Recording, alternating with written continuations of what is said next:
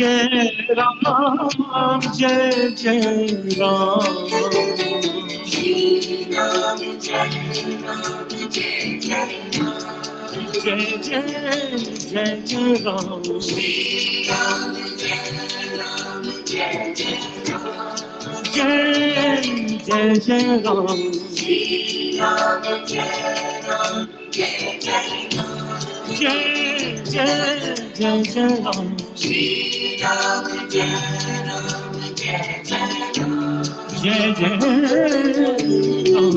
श्री राम जय राम जय जय राम जय जय राम श्री राम जय राम जय जय राम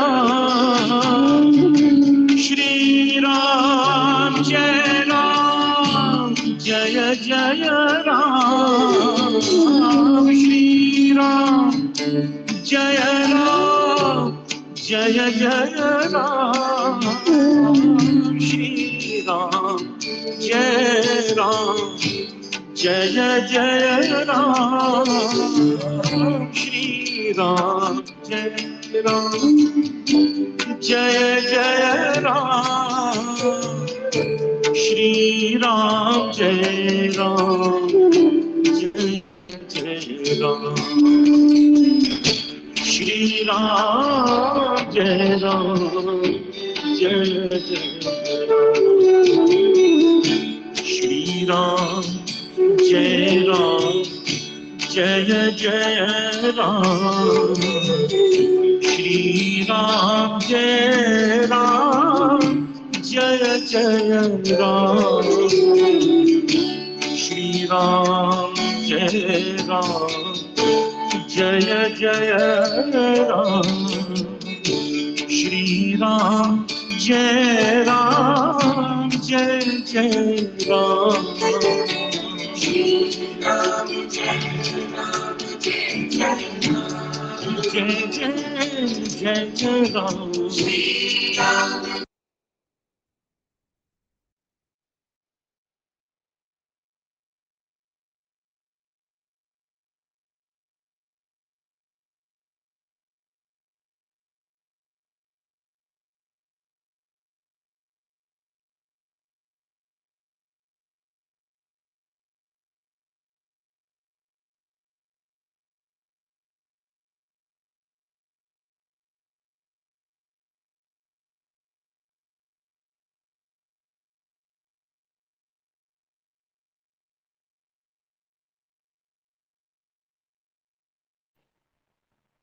जय जय श्री राधे।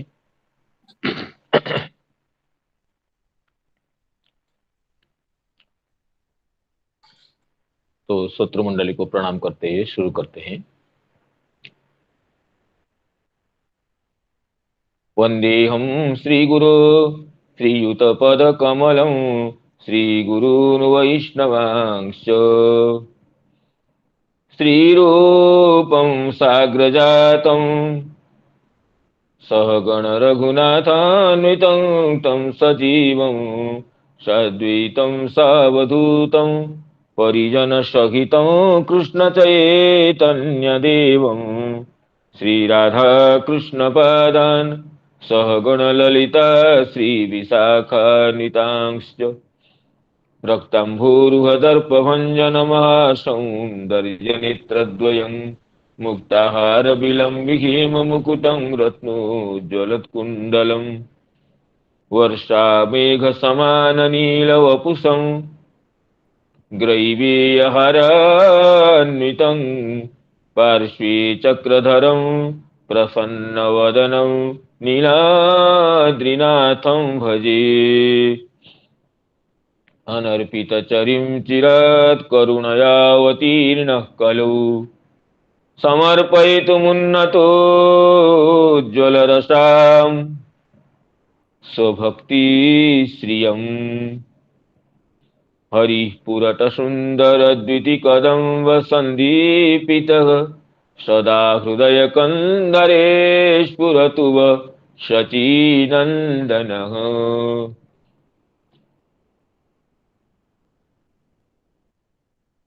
राधा करावचित पल्लव वल्लरी की, राधा पदं कविलसन मधुरस्थली की, राधा यशो मुखर मत्त खगावली की, राधा विहार विपिने रमतां मनो मे, गोवर्धनो जयति शैल कुलाधिराजो, यो गोपिकाभिरुदितो हरिदासवर्यः।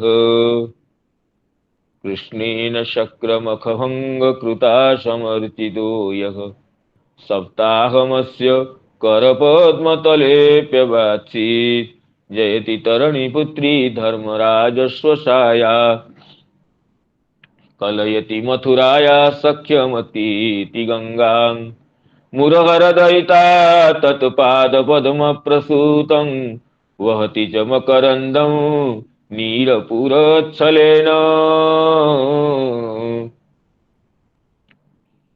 वृंदावनावनिपते जय सोम सोम, मौलेशनंदन सनातन नारदेड्य, गोपेश्वर व्रजविलासी युगांघ्रि पद्मे, प्रीतिं प्रयच्छ नितरां निरुपाधिकाङ्मी। निगमकल्पतरोर्गलितं फलं, शुकमुखादमृतद्रवसंयुतं, पिबत भागवतं रसमालयं, मुहुरहुरसिका भुवि भावुका, यं प्रव्रजन्तमनुपेतमपेतकृत्यं, द्वैपायनो विरहकातराजुभाव, पुत्रेति तन्मयतया तरवोऽभिनेदु, स्तं सर्वभूतहृदयं मुनिमानतोऽस्मि। नारायणं नमस्कृत्य नरं चैव नरोत्तमं, देवीं सरस्वतीं व्यासं ततो जयमुदीरयेत्।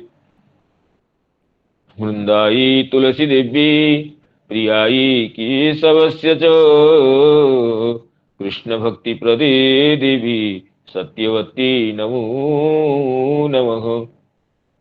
मूकं करोति वाचालं पङ्गुं लङ्घयते गिरिं, यत्कृपातमहं वन्दे परमानन्दमाधवं। वाञ्छाकल्पतरुभ्यश्च कृपा सिन्धुभ्यैव च, पतितानां पावनेभ्यो वैष्णवेभ्यो नमो नमः। पतितानां पावनेभ्यो वैष्णवेभ्यो नमो नमः। श्रीमद्भागवत कथा सत्र में समवेत समस्त वैष्णव वृंद, गुरुजन वर्ग और मित्र मंडली को प्रणाम। आप सभी की अनुकंपा से, शुभेच्छा से पूर्वाह्न में ये श्रीमद्भागवत कथा यज्ञ कथा मंदाकिनी जो संप्रवृत्त है, ये हमारा परम सौभाग्य है। नित्य भगवत कथा श्रवण और कीर्तन ये जन्म जन्मों के पुण्य का, सुकृत का फल होता है।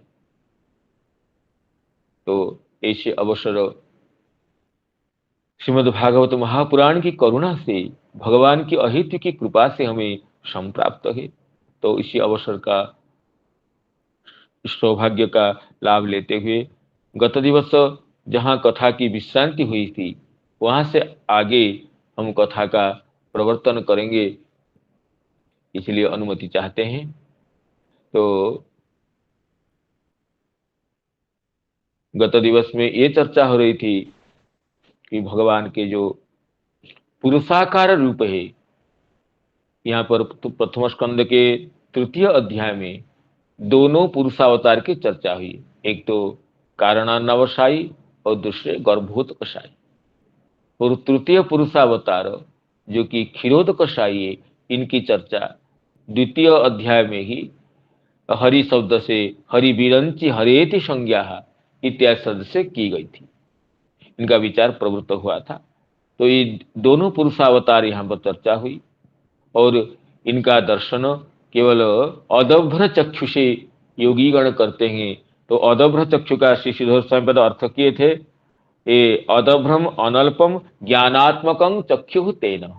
जबकि श्री विश्वनाथ चक्रवर्ती पाद कहते हैं कि अदभ्र, अदभ्र का अर्थ है यहाँ पर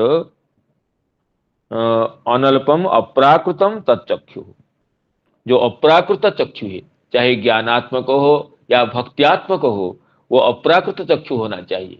तो अप्राकृत ज्ञानात्मक चक्षु से तो इनके ब्रह्म स्वरूप का अनुभव होता है, ब्रह्म तेज का अनुभव होता है।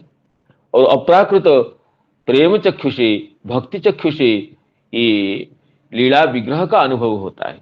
इसलिए श्री जीव गोस्वामी पाद अपने क्रम संदर्भ में कहते हैं, अदभ्र चक्षुषा भक्त्याख्येन पुरुष सपर पार्थ भक्त्या लभ्यस्तनन्यया।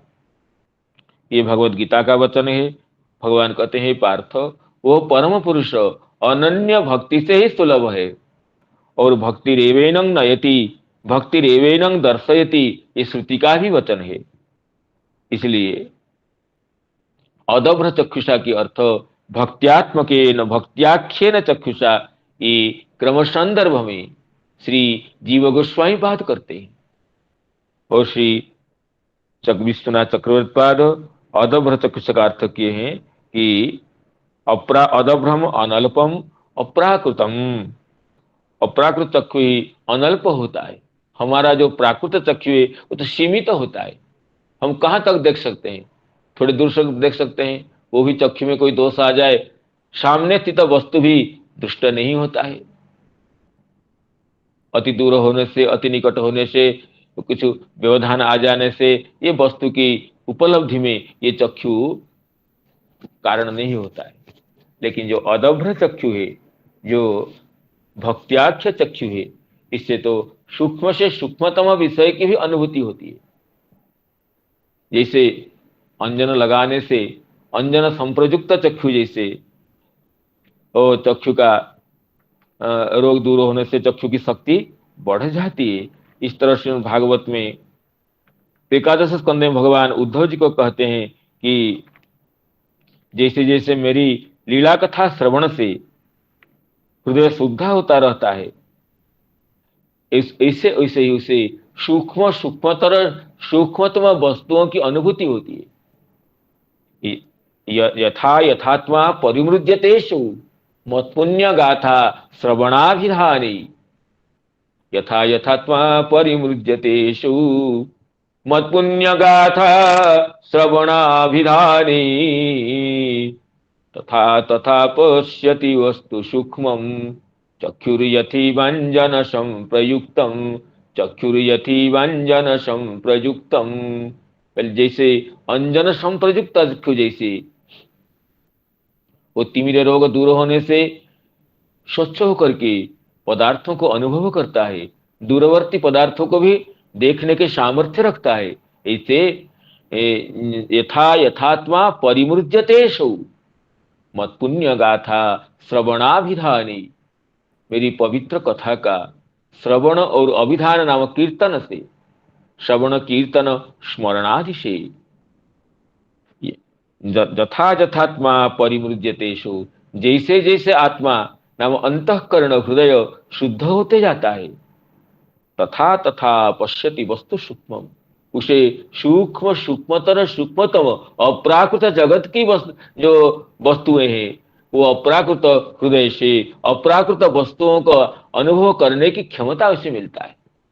वही भक्त्याख्य चक्षु होता है, वही अदभ्र चक्षु होता है। इसी को ही अनल्प चक्षु, अदभ्र चक्षु, भक्ति चक्षु, प्रेमांजन छुरित भक्ति विलोचन कहा गया। और इसी को ही चक्रवर्ती पाद अप्राकृत चक्षु कहते हैं, क्योंकि भगवान के श्री विग्रह ये अप्राकृत होते हैं। और प्राकृत नेत्र से अप्राकृत विषय का अनुभव कैसे हो सकता है? ये जब नेत्र भी अप्राकृत होगा तभी भगवान की अप्राकृत स्वरूप का अनुभव होता है। भगवान के नाम भी अप्राकृत होते हैं, और इसलिए भगवान के नाम भी प्राकृत जिह्वा से ग्राह्य नहीं है। इस श्लोक का उच्चारण भी अनेक बार हम लोग किए हैं कि अतः श्री कृष्ण नामादि न भवेद ग्राह्यम इंद्रिय सेवोन्मुखी जीवादु स्वयमेव स्फुरत्यदः। श्री कृष्ण नाम आदि आदिपद से भगवान के रूप और लीला भी गृहीत होते हैं। भगवान के अप्राकृत रूप, अप्राकृत नाम और अप्राकृत लीला ये हमारे इंद्रियों से, प्राकृत इंद्रियों से गृहीत नहीं होते हैं। हम तो सुन लेते हैं भागवत, लेकिन भागवत श्रवण का जो माधुर्य है, जो आनंद अनुभव है, वह नहीं आता है तो कथा ग्रहण ही नहीं हुआ। और अगर मिस्त्री का माधुर्य अनुभव नहीं हुआ तो मिस्त्री ग्रहण नहीं हुआ कहेंगे। माधुर्य आस्वादन ही मिस्त्री का ग्रहण है। तो भगवान की लीला कथा में, भगवान के नाम संकीर्तन में जैसा आनंद मिलना चाहिए, ऐसा न मिलना तो हमें उसका ग्रहण नहीं हो रहा है, यह समझना चाहिए।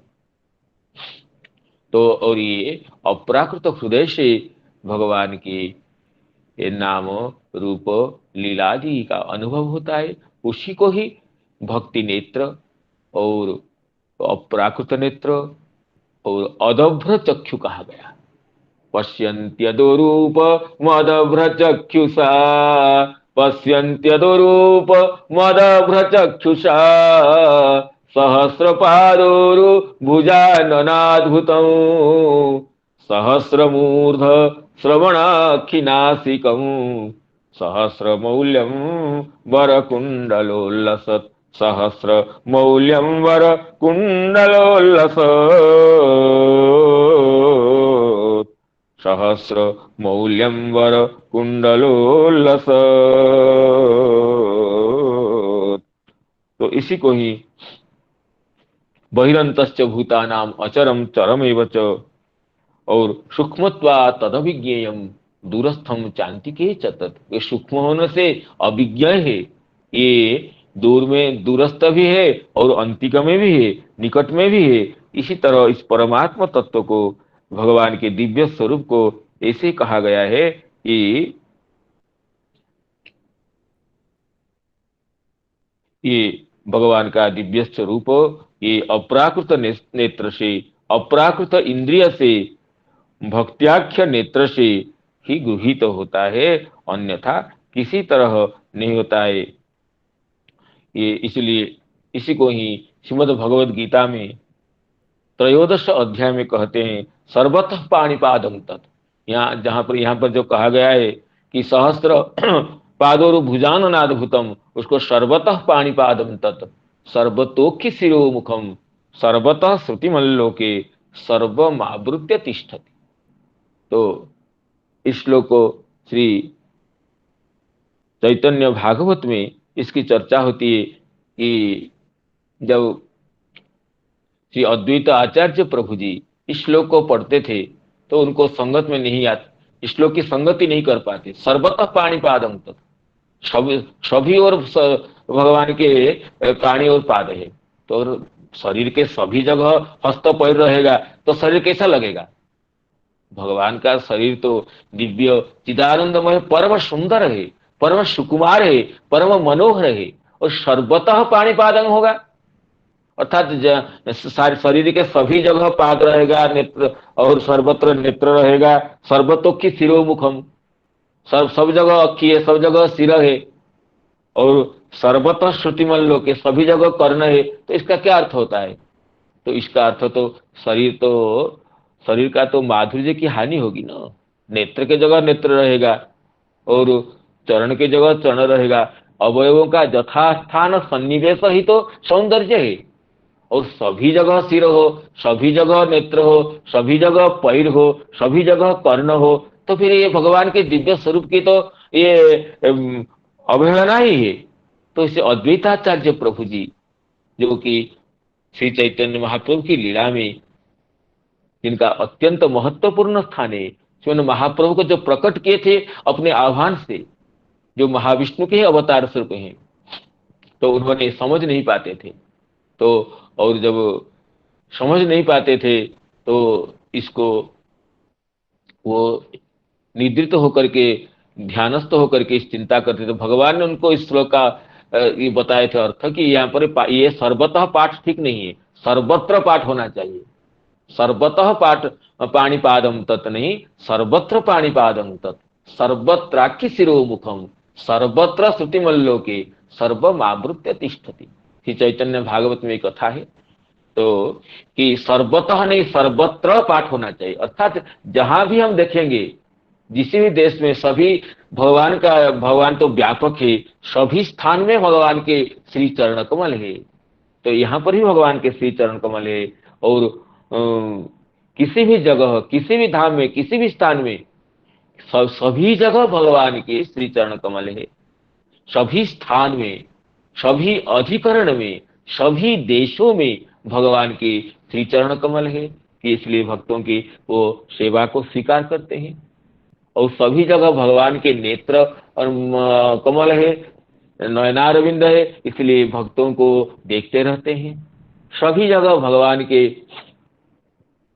हस्तकमल है, इसलिए भगवत भक्त प्रदत्त वो सेवा को हाथ से लेते भी है। तो सभी जगह ये अर्थ हुआ था।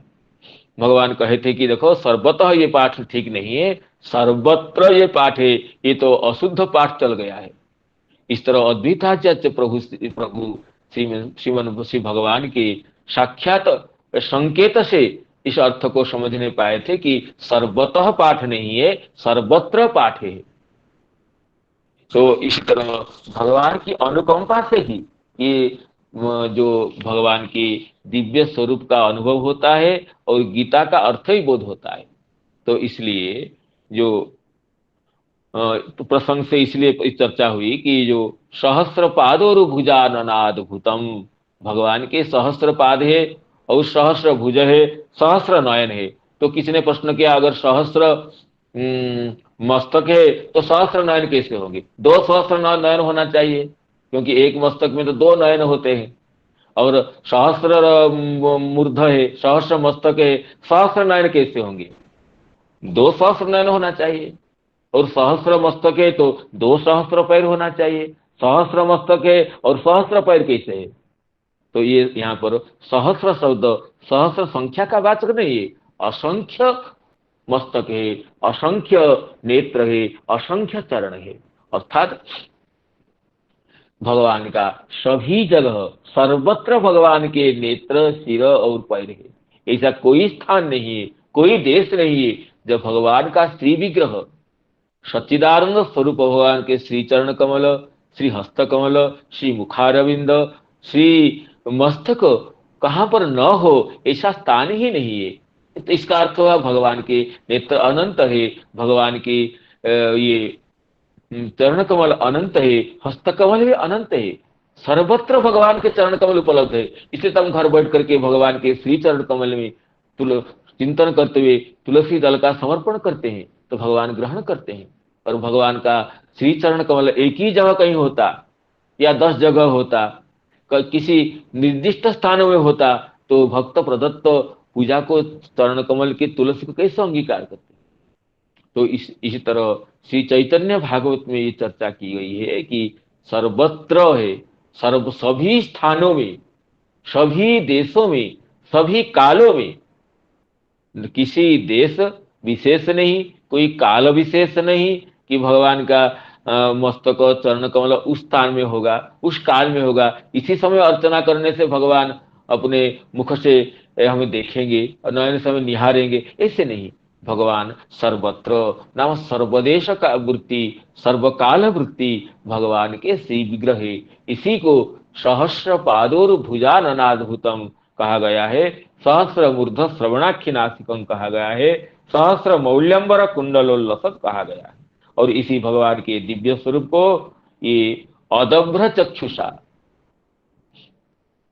सर्वव्यापी भगवान के श्री विग्रह को ये प्रेम नेत्र से, अपराकृत नयन से ये अनुभव किया जा सकता है। हम अपने चर्म नेत्र से इसको चिंतन भी नहीं करते हैं, अनुभव की बात तो दूर है। इस तरह इस श्लोक का अर्थ हुआ। और आगे फिर उसके परवर्ती श्लोक जो है उसमें प्रवेश करेंगे। तो इस श्लोक को, आगे के 2 श्लोक को या 3 श्लोक को हमारे प्रिय अवनीन्द्र जी पढ़ें, तो फिर उसकी टीका को आलोचना करेंगे। प्रणाम, जय श्री राम। तीसरे नंबर से पढ़ना है। हाँ, तीसरे नहीं श्लोक है, एतन नानावताराणां निधानम। पंचम पंचम षष्ठ सप्तम 3 पढ़ दीजिए। जय श्री राम, प्रणाम। एतन्नानावताराणां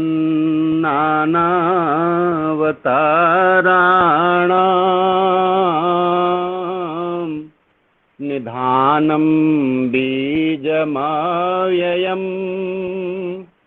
यस्यांशांसेन सृज्यन्ते देवतिर्यं नरादयः स एव प्रथमं देवः कौमारं सर्गमास्थितः चचार दुश्चरं ब्रह्मा ब्रह्मचर्यमखण्डितम्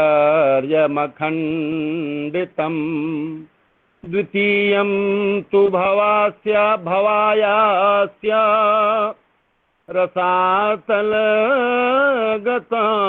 महीम् उद्धरिष्यन्नुपादत्त यज्ञेशः शौकरं वपुः। सदर्पणाम। जय सिया राम। जय, धन्यवाद। और कोई सूत्र वर्ग चाहे, कोई उत्साही श्रोता हो तो भी वो पढ़ सकते हैं, क्योंकि बार बार पढ़ने से सुनने से हमें श्लोक हमारे हृदय में रह जाते हैं और हमें दिव्य श्लोक श्रवण करने का, कीर्तन करने का सौभाग्य मिलता है। और भी जो चाहेंगे वो पढ़ सकते हैं।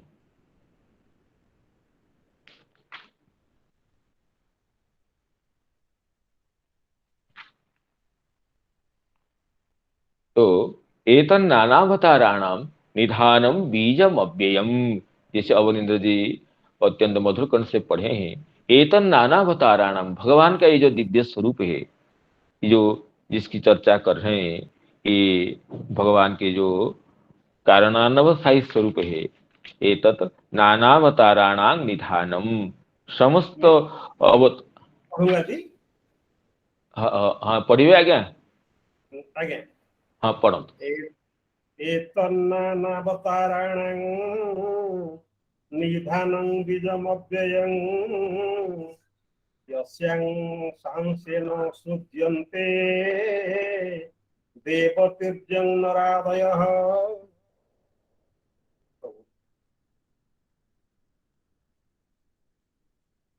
शोभनम शोभनम। हाँ, बहुत सुंदर, धन्यवाद।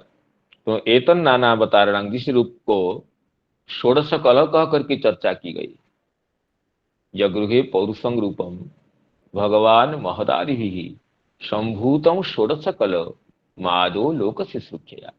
भगवान लोक शुश्रूषा से, लोक सृष्टि करने की इच्छा से ये षोडश कल रूप को स्वीकार किए। षोडश कल अर्थात परिपूर्ण स्वरूप है। मत्स्य कुर्मादि अवतारों की अपेक्षा ये इसमें परिपूर्ण शक्ति का प्रकाश है। इसे तो भगवान के सब रूप परिपूर्ण होते हैं। भगवान के रूपों में तो कमी कोई को छोटा बड़ा नहीं मानते हैं। तब कम ज्यादा कहने का तात्पर्य अंश रूप है, ये पूर्ण अवतार है। तात्पर्य है कि जिसमें पूर्ण शक्ति का प्रकाश होता है वो उसको पूर्ण अवतार कहते हैं। भगवान शक्ति का कम प्रकाश करते हैं, आवश्यकता न होने से लीला का संकोच करते हैं, कभी लीला का विकास करते हैं। तो जिस अवतार में भगवान ऐश्वर्य माधुर्य आदि समस्त शक्तियों का परिप्रकाश करते हैं, उसमें जितने जितने प्रकाश होता है उसने उतना ही पूर्णता का आधिक्य होता है। ये नहीं कि भगवान का कोई रूप जैसे जीव, जैसे हम में से कोई छोटा है, कोई बड़ा है, कोई कम शक्तिशाली है, कोई ज्यादा शक्तिशाली है। इसी तरह भगवान के कोई रूप में किसी में न्यूनता है, किसी में कमी है, ये कहना अपराध है। भगवान के समस्त अवतार परिपूर्ण है, परिपूर्ण स्वरूप है। प्रश्न ये रहा है कि फिर भी जो शास्त्रों में तारतम्य का प्रदर्शन कहा गया है, कलावतार, अंशावतार, गुणावतार, ये इत्यादि विभिन्न रूप से जो तारतम्य देखा गया है, तो ये तारतम्य इसी है शक्ति के प्रकाशन के भेद से। केवल शक्ति का भगवान जिस अवतार में जितनी शक्ति का प्रकाशन करते हैं, तो उस अवतार में वो लीला का ऐसा ही विस्तार होता है। तो हम भक्तगण लीला रस का आस्वादन करते हुए कहते हैं कि ये परिपूर्णतम स्वरूप है। और श्री कृष्ण अवतार में संपूर्ण शक्ति का ऐश्वर्य के जैसे ऐश्वर्य का परिप्रकाश है, ऐसे माधुर्य का परिप्रकाश है। माधुर्य ऐश्वर्य सर्वबृहतया परिप्रकाशित है, इसलिए श्री कृष्ण अवतार परिपूर्णतम अवतार कहते हैं। तो इसलिए ये परिपूर्णता का अर्थ नहीं कि भगवान के किसी भी स्वरूप में, कोई भी अवतार में न्यूनता है, वो असमर्थता है, ये बात नहीं है। भगवान की किसी भी अवतार को न्यून समझना ये तो अपराध हो जाता है। इष्ट तो इसलिए ये कहते हैं कि जो षोडश कलंक परिपूर्ण अवतार स्वरूप जो है, अर्थात भगवान के कारणान्वसायी स्वरूप में संपूर्ण शक्ति का परिप्रकाश है, षोडश कल अवतार है, षोडश कल पुरुषावतार है। तो उस अवतार का महत्व कहते हैं एतत् नानावताराणाम विधान। आज्ञा जय हाँ, गौर।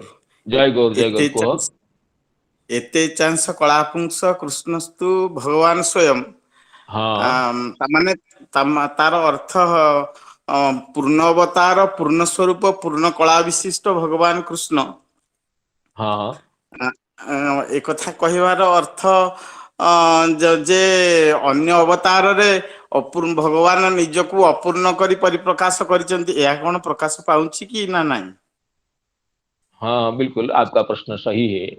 ये विष्णु प्रसाद जी का ये प्रश्न है। एते चांस कला पुंसः कृष्णस्तु भगवान स्वयं कहने से ये इसका अर्थ है कि अन्य अवतार में अपूर्णता है। कि अपूर्णता शब्द में हम नहीं कहते हैं, इसलिए कह रहे हैं कि अन्य अवतार में भगवान शक्ति का प्रकाश कम किए हैं। जैसे हम विद्युत तो समान है, हम जगह 60 पावर का बल्ब लगाएंगे तो उतना ही आलोक होगा, 100 पावर का बल्ब लगाएंगे और ज्यादा आलोक होगा, और 1000 पावर का बल्ब लगाएंगे और प्रकाश बढ़ जाएगा।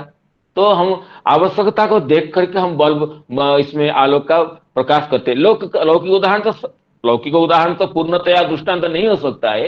एक समझने के लिए हम बताते हैं कि जैसे विद्युत से शक्ति में कहीं कमी नहीं है, हम आवश्यकता के अनुसार हमें जितने आलोक चाहिए तदनुसार हम वोल्टेज के अनुसार बल्ब का हो या पंखा का हो इस उतने विद्युत का हम प्रकाश करते हैं। तो इसी तरह भगवान के जिस रूप में जिस तरह लीला करना है, जैसे नृसिंह अवतार में भगवान को वात्सल्य रस की लीला नहीं करना है। भगवान को हमारे कोई पिता है, कोई पिता हो, कोई हमारी माता हो, इस तरह की लीला का प्रकाश नहीं करना है। तो भगवान स्तंभ से निकल पड़ते हैं। नृसिंह भगवान का क्या स्तंभ क्या पिता है क्या? नहीं। नृसिंह भगवान की लीला में वात्सल्य रस का कोई भक्त होगा, कोई नृसिंह भगवान को अपना पुत्र मानकर करेगा, इस तरह विरल है। क्योंकि भगवान उस अवतार में ये वात्सल्य रस की लीला का प्रयोग नहीं किए हैं, प्रकाश नहीं किए हैं। तो इस तरह उसमें वात्सल्य रस का अप्रकाश है। ये नहीं कि भगवान वात्सल्य रस की लीला नहीं, वो असमर्थ है, लेकिन उसी अवतार में भगवान वात्सल्य रसोपयोगी लीला का परिप्रकाश नहीं किए हैं। तो इसलिए जिस अवतार में संपूर्ण रसों की लीला हो, सभी रसों का विषय भगवान बने, अर्थात भगवान उस रूप में प्रकट होते हैं। भगवान रस स्वरूप है, संपूर्ण रस के आधार है। रसो वै सह रसंग हेवायं लब्ध्वा आनंदी भवती। भगवान रस स्वरूप है। रस स्वरूप परमात्मा को प्राप्त करके जीव आनंदी होता है। भगवान सर्व रस के निधान है, सर्व शक्ति के निधान है, लेकिन आवश्यकता के अनुसार अपने रस स्वरूप का परिप्रकाश करते हैं। कोई भेद नहीं है। नृसिंह भगवान और श्री कृष्ण भगवान, रघुनाथ भगवान में कोई भेद नहीं है। बस लीला के लिए रस का परिप्रकाश में भेद है, शक्ति के परिप्रकाश में भेद है। भगवान श्री कृष्ण अवतार में कि समस्त रसोपयोगी लीला का परिप्रकाश किए गए। वो वात्सल्य रस, ये जितने चर्चा हुई थी उस समय कि ये भयानक रस, वीर रस, अद्भुत रस, रौद्र रस, करुण रस, समस्त रसोपयोगी लीला है। कोई जो भक्त चाहे जिस रस रूप से वो जिस रस के आश्रय तत्व रूप से भगवान को उपासना कर सकता है। इसीलिए वैशिष्ट है, ये नहीं कि श्री कृष्ण अवतार में बहुत शक्ति है और मत्स्य अवतार कुर्म अवतार में कम शक्ति है। ये तो देखेंगे तो वामन अवतार में तो भगवान तो एक बार में तो पृथ्वी से लेकर ब्रह्मलोक तक चरण कमल चला गया था। ऐश्वर्य में कमी क्या है? वामन देव को ऐश्वर्य देखेंगे कि वामन देव भगवान एक चरण कमल से संपूर्ण पृथ्वी को नाप लिए और दूसरे चरण कमल से स्वर्ग से लेकर सत्यलोक तक चरण कमल विस्तृत होकर चला गया। ऐसा ऐश्वर्य किस अवतार में प्रकट हुआ है? तो लेकिन किसी अवतार में शक्ति की कमी हो ऐसी बात नहीं है। भगवान की जो लीला में सर्व रस का सन्निवेश हो, कोई भी भक्त किसी रस को आश्रय करके भगवान की उपासना कर सकता हो, संपूर्ण रस स्वरूप हो, तो रस का परिप्रकाशन जिसमें आधिक्य से हुआ हो। इस नहीं कि नृसिंह देव में वात्सल्य रस को स्वीकार करने की क्षमता नहीं हो, इस बात नहीं है। नृसिंह भगवान भी को भी कोई पुत्र रूप से स्वीकार करे, उपासना करना चाहेगा तो भगवान क्या उसका उपासना स्वीकार नहीं करेंगे? लेकिन ऐसी परंपरा नहीं है, भगवान ऐसी लीला का प्रकाश नहीं किए हैं। भगवान स्तंभ से प्रकट होते हैं, माता पिता को स्वीकार नहीं किए हैं। उस समय आवश्यकता नहीं थी। प्रहलाद जी को तुरंत रक्षा करना है और हिरण्यकशिप को तुरंत वध करना है। प्रहलाद हिरण्यकशिप बोलता है, यदि क्वासो सर्वत्र कस्मा स्तंभे न दृश्यते, तो भगवान सत्यं विधातुं निजभृत्यभासितम् व्याप्तिं च भूते अखिले सच्चात्मनः। अखिल भूतों में मेरी व्याप्ति है और मेरे भृत्य की वाणी सत्य है, ये बताने के लिए भगवान तुरंत सम्मुखस्थ स्तंभ से प्रकट हो जाते हैं। न माता पिता को स्वीकार करते हैं। माता पिता को स्वीकार करना, वात्सल्य रस से परिलालित होना, ये लीला नृसिंह भगवान की लीला में नहीं है। तो अर्थात उसमें प्रकाश नहीं किए भगवान। कर सकते थे, कोई कमी थोड़े है, लेकिन उस लीला में भगवान वात्सल्य रसानुरूप लीला का प्रकाश नहीं किए हैं। तो इसलिए वो नृसिंह अवतार में उसका अभाव है। भगवान प्रकाश नहीं करना ही है। तो भगवान अवतार में जो न्यूनत्व और पूर्णत्व का परिदर्शन है, अर्थात शक्ति के प्रकाश का तारतम्य है। जिस अवतार में भगवान अपनी इच्छा से पूर्ण शक्ति का, पूर्ण रस का, माधुर्य ऐश्वर्य के पूर्ण प्रकाश करते हैं, वो उसको परिपूर्ण कहते हैं। और किस अवतार में आवश्यकता न होने से भगवान अपने पूर्ण शक्ति का, पूर्ण रस का प्रकाश नहीं करते हैं। तो यही इसीलिए उसी दृष्टि से, लीला की दृष्टि से इसमें पूर्णता या पूर्णता में कुछ तद विरोधिका की अभाव का हम प्रकाश करते हैं। लेकिन तत्व दृष्टि से, तत्वतः कि भगवत स्वरूप दृष्टि से उसमें कोई कमी नहीं है। किसी भी भगवान के स्वरूप को छोटा बड़ा मानना अपराध है। लीला की दृष्टि से हाँ, जिस लीला में रस का जितना सन्निवेश है, जो भक्त किसी भी भक्त कोई भी रस को लेकर के किसी भी रस स्वरूप भगवान की उपासना कर सकता है। तो लीला का आस्वादन के भेद से, जिसमें ऐश्वर्य का प्रकाशन हो, माधुर्य का प्रकाशन हो, समस्त रस का आस्वादन हो, समस्त भक्त ग्राह्य लीला हो, तो उसी तरह लीला का वैशिष्ट्य बढ़ जाता है। इसलिए जो भगवान की पूर्णता का अर्थ है लीलागत प्राचुर्य, लीलागत रस भेद। तो भगवान के किस अवतार में केवल शांत रसोपयोगी लीला है। जिसे कपिल देव भगवान का अवतार है, वो कपिल भगवान तो ये मुनिजनोच तो लीला करते हैं। वो यद्यपि माता देवहूति से प्रकट हुए हैं, फिर भी ये स्वतंत्र होकर के ये युवा होकर प्रकट हो जाते हैं। माता देवहूति उनको लालन पालन नहीं करती है। इसलिए ये माता देवहूति तो वात्सल्य से उपासना करती है कपिल भगवान को, लेकिन कपिल भगवान को जो है प्रायः वो मुनिगणों के उपास्य है। जो शांत रस के आश्रयभूत मुनिगण है, जो सांख्य तत्ववेत्ता मुनिगण है, वे कपिल भगवान को ध्यान से ये उपासना करते हैं। शांत रस के आश्रय है, केवल शांत रस के। ये दास्य का सामान्य हो सकता है, लेकिन सख्य, वात्सल्य, माधुर्य इत्यादि रस से कपिल भगवान की उपासना की परंपरा प्रवर्तित नहीं है। तो इसलिए हम कपिल भगवान समस्त रसों के जो लीला को प्रकट नहीं किए हैं, इसलिए हम कहेंगे कि ये समस्त भक्तों के ग्राह्य नहीं है। कोई सख्यभाव से चाहेगा मैं कपिल भगवान की उपासना करूंगा, तो ऐसी परंपरा नहीं है, ऐसी महाजनों की धारा नहीं है। इसलिए कहेंगे कि नहीं, कपिल भगवान की लीला में सख्य रस का समावेश नहीं है, ये कहेंगे। तो इसी दृष्टि से जिस लीला में जितने रस का समावेश है और भगवान जिस रूप में प्रकट होते हैं, और जैसे भगवान मथुरा में प्रवेश करते हैं तो हाँ, समस्त भक्त अपने अपने हृदय के आधार पर अनुभव करते हैं। कोई वात्सल्य रस से हो, कोई भयानक रस से हो, कोई वीर रस से हो, कोई रौद्र रस से हो, कोई श्रृंगार रस से हो, कोई शांत रस से हो, कोई दास्य रस से हो। तो श्री कृष्ण भगवान में समस्त रसों का आधार होने से, समस्त रस के आश्रय भक्त वृंद अपने रुचि के अनुसार, अपनी भावना के अनुसार भगवान को उसी रस के मूर्तिमान स्वरूप समझ करके आराधना कर सकते हैं। इसलिए भगवान के उस रूप का वैशिष्ट्य है। इसलिए भगवान जिस अवतार में परिपूर्ण रस स्वरूप का प्रकाश करते हैं, उस अवतार को शास्त्र में सर्वश्रेष्ठ कहा गया। हम अपनी बुद्धि से भगवान में छोटा बड़ा निरूपण नहीं कर सकते। शास्त्र में जो बताया गया है वो केवल इसीलिए कि लीलागत वैशिष्ट्य को लेकर के ही, रसगत वैविध्य को लेकर ही, उपासनागत जो स्वातंत्र को लेकर ही भगवान के अवतारों में, भगवत स्वरूप में पूर्णता का, परिपूर्णतमता का ये निरूपण कहा गया है। लेकिन इसका अर्थ नहीं हम किसको छोटा अवतार को छोटा मानेंगे, ये अर्थ नहीं है। इससे अपराध होता है। शास्त्र में जैसे कहा गया है, हाँ कहीं कहीं अपने जो भक्त इष्टदेव, अपने इष्टदेव को बड़ा मानने के लिए किसको छोटा मान लेता है, तो इसका वह इष्ट निष्ठा का स्वरूप हो सकता है। लेकिन ये तत्व विचार की दृष्टि से हम भगवान के किसी भी स्वरूप को छोटा कह करके उसको अपमान नहीं कर सकते हैं।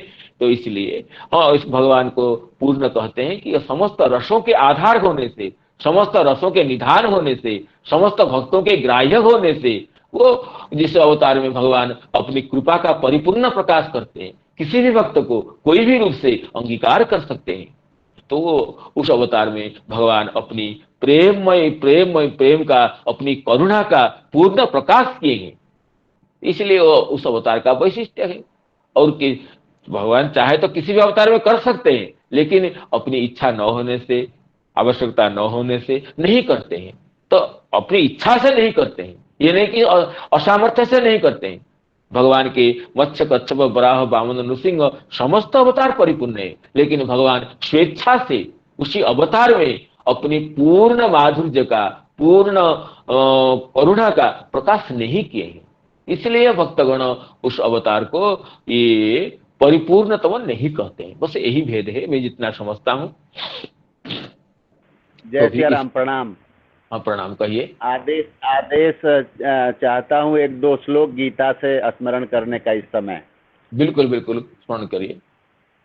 नाहं प्रकाशः सर्वस्य योगमाया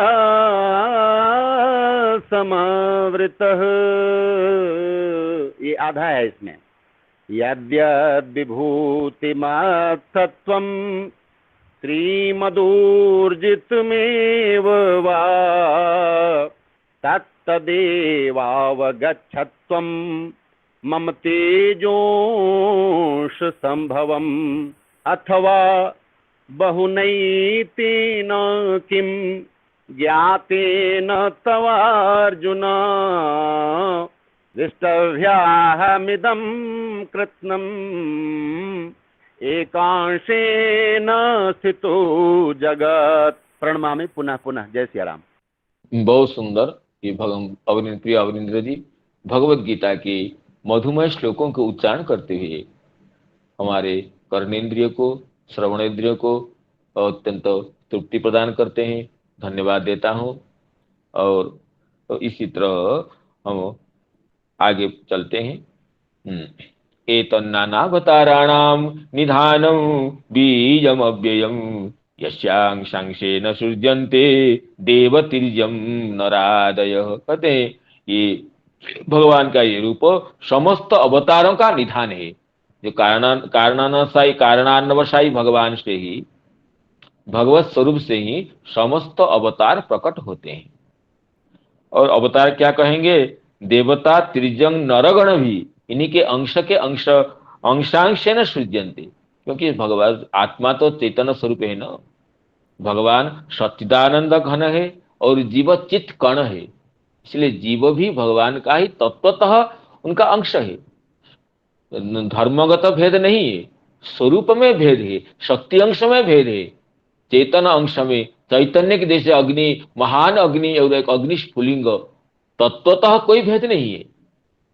अग्नि स्फुलिंग में जो अग्नित्व है, महान अग्नि में भी वही अग्नि है। आग तो समान है, लेकिन उसमें प्रकाश में भेद है, शक्ति अंश में भेद है, ऐश्वर्य अंश में भेद है, अंश अंश में भेद है। इसी तरह किस अंश में भेद है, किस अंश में अभेद है, इसको निरूपण न कर पाएंगे तो फिर हमारे जो बुद्धि है वो विफल हो जाती है।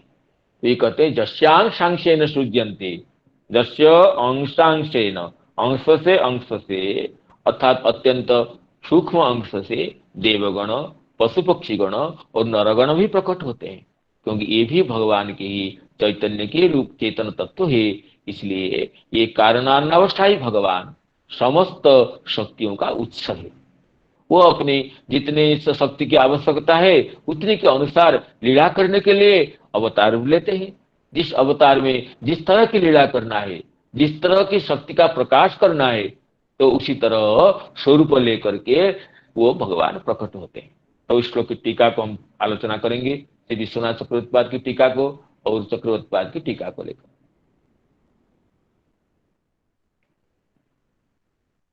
एतत्तु कूटस्थम न तो अन्यावतारवत आविर्भाव तिरोभाववत इत्याह एतत् इति। एतत् आदि नारायण रूपम, जो आदि नारायण स्वरूप है, कारणान्वशायी स्वरूप है, ये कूटस्थ स्वरूप है। कूटस्थ का अर्थ है एक रस, निरंतर एक स्वरूप में रहने वाला।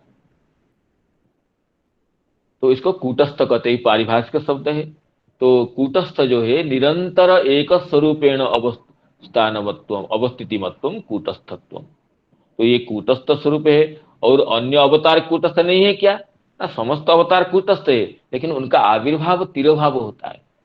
कुछ समय के लिए जगत में प्रकट होते हैं, फिर अपने रूप को तिरोभूत करके परम धाम में रहते हैं। लेकिन भगवान का ये स्वरूप निरंतर उस रूप में सदैव रहता है, इसका आविर्भाव तिरोभाव नहीं है। इसलिए कहते हैं न तो अन्यावतारवत आविर्भाव तिरोभाववत इत्याह। अन्य अवतार में जैसे आविर्भाव और तिरोभाव रहता है, जैसे अन्य अवतार आविर्भाव तिरोभाव विशिष्ट होते हैं, ऐसे ये अवतार नहीं है, ये तो निरंतर रहते हैं। हाँ, यह है कि किस समय अपने से सृष्टि इच्छा हो तो अपने से प्रकृति का ईक्षण करते हैं, और प्रकृति का ईक्षण करने से प्रकृति लब्ध सामर्थ्य होकर के, सामर्थ्यवती होकर के प्रकृति जगत की सृष्टि तिथि संहार करती है। नहीं तो प्रकृति से सृष्टि आदि नहीं होती है। तो ये कहते हैं, श्री श्रीधर स्वयंपाद का कहना है कि अन्यावतारवत ये अवतार आविर्भाव तिरोभाव विशिष्ट नहीं है। एतद आदि नारायण रूपं। और निधानम जो कहे, निधान शब्द का अर्थ करते हैं निधीयते अस्मिन् इति निधानम। एतन नानावताराणं निधानम। निपूर्वक धा धातु से जो निधान शब्द बना है उसका अर्थ करते हैं निधीयते अस्मिन्, जिसमें सब रहते हैं, वो निधान है। निधीयते नाम निहित होते हैं, जिसमें सब। तो अधिकरण अर्थ में इसमें लुट प्रत्यय होने से ये निधान शब्द का अर्थ होता है जिसमें सब रहते हैं। कौन रहते हैं? ना नाना अवताराणाम, समस्त अवतार गण इसमें ही सन्निविष्ट रहते हैं। कार्यावसान है प्रवेश स्थानम इत्यर्थ। अच्छा, तो निधियत का अर्थ करते हैं कि जब अवतार गण अपनी अपनी लीला करके इस कारणान्वशायी स्वरूप में आकर के प्रविष्ट हो जाते हैं। अवतार गण प्रपंच में आते हैं, और ये कार्य करके तत्त लीला करने के बाद इसी मूल जो भगवान का जो ये कारणार्णवशाही स्वरूप है, आदि नारायण स्वरूप है, उसमें ये निहित हो जाते हैं, प्रविष्ट हो जाते हैं। ये श्रीधर स्वामीपाद का कहना है। बीजम उद्गम स्थानम निधानम का एतन नानावताराणां निधानम, और कहते हैं बीजम, बीज का अर्थ है जैसे वृक्ष का उद्गम स्थान बीज होता है, इसी तरह ये सकल शक्ति का उद्गम स्थान है। और बीज होने पर भी बीजत्वे अपि नान्य बीज तुल्यम किंतु अव्ययम। देखिए बीज होता है, बीज जब अंकुरित बीज अंकुरित होता है, वृक्ष पुष्पित पल्लवित पुष्पित फलित होकर के वृक्ष बड़ा हो जाता है, फिर बीज बीज नहीं मिलता है। बीज ही अपने को खत्म करके उपसंहृत करके बीज वृक्ष बनता है। तो बीज नष्ट होकर के वृक्ष बनता है, बीज का विनाश ही वृक्ष के हेतु है। लेकिन भगवान सब संसार का बीज है, लेकिन इसका अर्थ नहीं भगवत ये संसार प्रकट हो गया तो फिर बीज नष्ट हो गया। इसलिए गीता में भगवान अर्जुन को कहते हैं कि बीजं मां सर्वभूतानां विद्धि पार्थ सनातनम। हे पार्थ, मुझे संपूर्ण ब्रह्मांड का बीज समझो। लेकिन कैसा बीज? सनातनम नाम नित्य बीज। ये तो अलौकिक बीज है। बीज भी जैसे जैसी अवस्था में रहता है, बीज अपने स्वरूप में ही रहता है। बीज अपने स्वरूप से अक्षीण रहते हुए फिर कार्य को अपने वृक्ष इस संपूर्ण संसार को प्रकट करता है। इसलिए बीजवान सर्वभूतानां विद्धि पार्थ सनातनम, इसे सनातन शब्द कहा गया। अर्थात ये लौकिक बीज जैसे नष्ट होकर के वृक्ष बनता है, बीज का अंकुरित होना, पल्लवित होने का अर्थ है बीज नष्ट हो गया, बीज अपने स्वरूप को छोड़ करके दूसरे स्वरूप में आ गया और बीज ढूंढने से नहीं मिलेगा। लेकिन भगवान ऐसे है कि बीज रूप में रहते हुए भी और संसार का इससे परिप्रकाश होता है। इसलिए यहां भी शब्द आया है अव्ययम, बेतीति न बेतीति अव्ययम, जिसका विकार नहीं होता है, जो जिसका व्यय नहीं होता है। बीज अपने स्वरूप में यथावत रह करके उसके अंकुर और उसके कार्य स्वरूप ये संपूर्ण संसार को प्रकट करता है। तो इसलिए कहते ये तो नानावताराणां निधानम बीजम अव्ययम, निधानम बीजम अव्ययम, बीजत्वे अपि नान्य बीज तुल्यम किंतु अव्ययम। बीज होने पर भी लौकिक बीज जैसे नष्ट हो करके अंकुर आदि का कारण होता है, अंकुर उसमें उत्पन्न होता है, पल्लव आते हैं, पुष्प आते हैं, फल आते हैं, तो बीज तो नष्ट हो जाता है, फिर बीज नहीं मिलेगा। लेकिन ये ऐसा बीज है कि बीज यथावत रहते हुए ये संपूर्ण सृष्टि का कारण होता है। इसलिए अव्यय शब्द कहा गया। न केवलम अवताराणां एव बीजम किंतु सर्व प्राणी नाम। ये कोई नहीं समझे कि अवतार गण का ही बीज है, समस्त प्राणियों का, चराचर जगत का भगवान का ये जो स्वरूप है ये बीज है। कहते हैं, इसलिए कहते हैं जस्यांग सांग सेन सृज्यन्ते देव तिर्यंग नरादय, जिसके अंश के अंश से देव तिर्यक नर प्रवृत्ति की सृष्टि होती है। तो कहते हैं, सीधे शब्द स्पष्ट करते हैं, जस्य अंशांशेन, जस्य अंशः ब्रह्मा तस्य अंशः मरीच्यादि तेन। भगवान का अंश है, भगवान की सृष्टि शक्ति, आविष्ट सृष्टि शक्ति का ब्रह्मा जी है। तो ब्रह्मा जी है और उन्हीं के अंश, उन्हीं के पुत्रगण ये मरीचि आदि प्रजापति गण, मरीचि हो, दक्ष हो, मनु इत्यादि हो, ये सभी जीव जगत के सृष्टि करता है, सृष्टा है। उन्हीं के ही संतानभूत संपूर्ण संसार है, चराचर विश्व है। इसलिए अंश के अंश का कार्य हो गया। भगवान के अंश हो गए ब्रह्मा जी।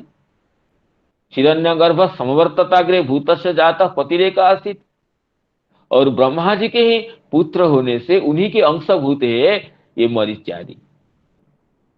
तेणु जस्यांश ब्रह्मा तस्यांश मरीच्यादि, उन्हीं से जस्य अंशांशे न, अंश के अंश से, अर्थात ब्रह्मा जी के पुत्र अंश रूप मरीचि, कश्यप, दक्ष इत्यादि जो प्रजापति गण है उनसे संपूर्ण ये देवगण, तिर्यगण और नरगण, ये मरीचि के पुत्र कश्यप होते हैं, कश्यप जी से संपूर्ण देवता की उत्पत्ति होती है, असुरों की भी उत्पत्ति होती है, और मनु जी से नरगण की उत्पत्ति होती है। तो सब ब्रह्मा जी के ये सब पुत्र हुए कि मरीचि और ये दक्ष इत्यादि और मनु इत्यादि, इसलिए कहा कि उन्हीं भगवान के अंश से ये देव, तिर्यक और नरगण की सृष्टि होती है।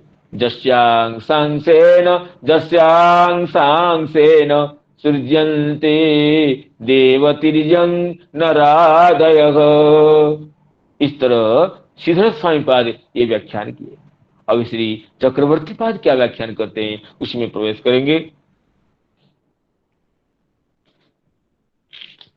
देखिए चक्रवर्ती पाद कहते हैं, षोडश कलत्वेन जत पूर्णत्वम उक्तम तद दर्शयति एतद इति, कहे जगृहे पौरुषं रूपं भगवान महदादिभिः संभूतम षोडश कल मादो लोक से सुरक्षा। इसमें जो षोडश कल शब्द कह करके जिस अवतार को व्यक्त किए हैं उस षोडश कलत्व नाम परिपूर्णत्व को व्यक्त करते हैं। क्यों परिपूर्ण है ना, एतन नानावताराणां निधानम, समस्त अवतारों के निधान है, और बीज स्वरूप है, बीजत्वे अपि नान्य बीजतुल्यम किंतु निधानम निधि राशि भूतम।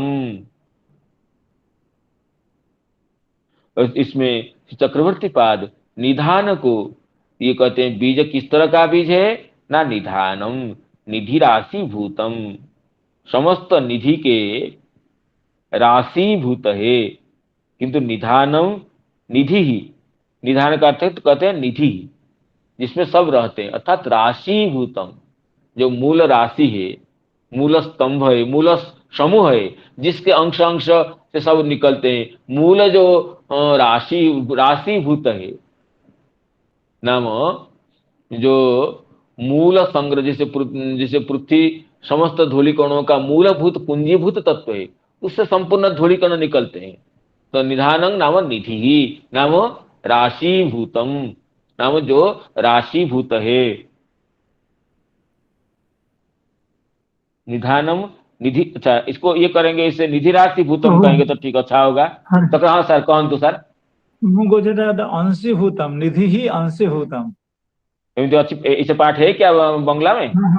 हाँ इसलिए, हाँ इस तरह कुछ, हाँ मुझे भी संकोच लग रहा था, कुछ नहीं लग रहा था, इसे ही अर्थ कर रहा था, निधि अंशीभूतम। हाँ हाँ हाँ हाँ हाँ। अच्छा तो ये भगवती, बहुत धन्यवाद सर, मुझे भी वो संगति करने में कष्ट हो रहा था। और निधि राशिभूतम कहेंगे तो निधि में हर्षिकार नहीं होगा, दीर्घकार होना चाहिए, इस तरह शंका थी। और हमारे पूज्य आचार्य जी ने इस शंका से हमें शंका को मिटा दिए, इसलिए प्रणाम करता हूं। तो निधि अंशीभूतम इत्यर्थ, इसमें राशिभूत हो गया पाठ, अंशीभूतम अर्थात समस्त ये अंशीभूत है, और जितने भी अवतार हैं ये सब अंश है, और ये इनसे प्रकट होने के नाते इनको अंशी कहते हैं। अंशः संति संति यशस अंशी, सारे अंश जिसके अंशगण जिससे प्रकट होते हैं उसको अंशी कहते हैं। अंशः संति यस्मिन् सह अंशी, इसलिए भगवान के ये दिव्य रूप जो अवतारों का भी अंशी है और सचराचर ब्रह्मांड का ही अंशी है, क्योंकि उन्हीं के पुत्र ब्रह्मा जी के पुत्र मरीच्यादि, उन्हीं से ही संपूर्ण सृष्टि का विस्तार हुआ है। इसलिए अंशीभूतम, ये सबके अंशीभूत है, अंशी स्वरूप है, और समस्त बाकी सब तो उनके ही अंश है। बक्ष्यमाणा अवतारा, और आगे भी इसको स्पष्ट करते हैं कि बक्ष्यमाणा अवतारा एतस्य अंशा इति भाव, जो आगे अवतार जितने कहेंगे सब अवतार इन्हीं के अंश है। ये जो आदि नारायण जी के, जो कि षोडश कलश स्वरूप है, जो जिनको हम कारणार्णवशायी कह रहे हैं, इन्हीं समस्त अवतार इन्हीं के अंशभूत है। वक्ष्यमाणा अवतारा एतस्य अंशा इति भावः। कहते न वेतीति अव्ययम निधानं बीजम अव्ययम। अव्यय का अर्थ करते हैं न वेतीति अव्ययम, जिनका व्यय नहीं होता है। वेती नाम व्यय नहीं होता है, विकार जो विकार नहीं होता। विकार का अर्थ क्या है? घटेगा बढ़ेगा, लेकिन इनका ये तो परिपूर्ण है। परिपूर्ण स्वरूप की वृद्धि फिर क्या होगी? क्षय का तो प्रश्न नहीं है। तो इसलिए नित्यम जश्न, इसका अर्थ है नित्यम। अव्ययम का अर्थ हो गया नित्यम। जस्यांश ब्रह्मा तस्यांश मरीच्यादि तेन देवादयो विभूतय उक्ता। कहते हैं कि इसलिए जस्यांशांशेन सृज्यन्ते कहने से इसका अर्थ हुआ अंश के अंश से सृष्टि का विस्तार हुआ।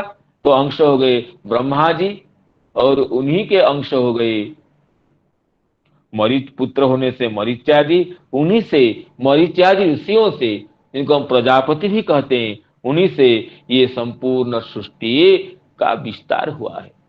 इसलिए कहते मरीच्यादि तेन देवादय विभूतय उक्ता। तो देवगण तो भगवान की विभूति कहते हैं। देव त्रिजंग नरादय, देवगण भगवान की विभूति है। भगवान की ही शक्ति का परिप्रकाश है। किस देव में? जैसे सूर्य चंद्रमा भगवान के नेत्र की विभूति है। नेत्र के, भगवान के नेत्र में तो अनंत शक्ति है। उस नेत्र के किंचित शक्ति का परिप्रकाश चंद्रमा में, सूर्य में है। इसलिए सबको आलोक प्रदान करते हैं। और इंद्र में, इंद्रदेव में भगवान के जो बाहु का परिप्रकाश है, भगवान के भुजा में जो शक्ति है, उस शक्ति का कियत अंश इंद्रदेव में है। कुबेर देव में भगवान की ऐश्वर्य शक्ति का प्रकाश है। इस तरह जो जैसे श्लोक पढ़े हैं अवन इंद्र जी, जज्जद विभूतिमत सत्वम श्रीमत ऊर्जितमेव वा तत्त देवावगच्छत्वम मम तेजोंश संभव। जो जहां भी कोई विभूति हो, जज्जद किसी स्वरूप में कोई विशिष्ट विभूति हो, तो उसको तुम मेरा ही अंश समझो। तत्तदेवावगच्छत्वं मम तेजोंश संभवम। कोई भी विभूति विशिष्ट प्राणी हो, किसी प्राणी में कोई विशिष्ट विभूति हो, समझना कि वहां पर मेरा तद्रूप से प्रकाश है। तो देवादिगण तो भगवान के विभूति रूप में, तत्त देवताओं में भगवान के तत्त विभूति का परिप्रकाश है। किस देवता में भगवान की किसी विशेष शक्ति का परिप्रकाश होता है, तो देवगण भगवान के विभूति रूप में। इस तरह श्लोक की टीका को चक्रवर्तपाद पूरा करते हैं। तो समय होने से आज के पाठ को यहाँ पर विश्रांति देना चाहते हैं। तो संजात त्रुटि विच्युतियों के लिए क्षमा प्रार्थना करते हुए, भगवान नाम का उच्चारण करते हुए, समस्त विशिष्ट श्रोत्र मंडली को प्रणाम निवेदन करते हुए अपनी वाणी को विराम देना चाहता हूँ। हरे कृष्ण कृष्ण कृष्ण हरे हरे, हरे राम राम राम हरे हरे। प्रणाम।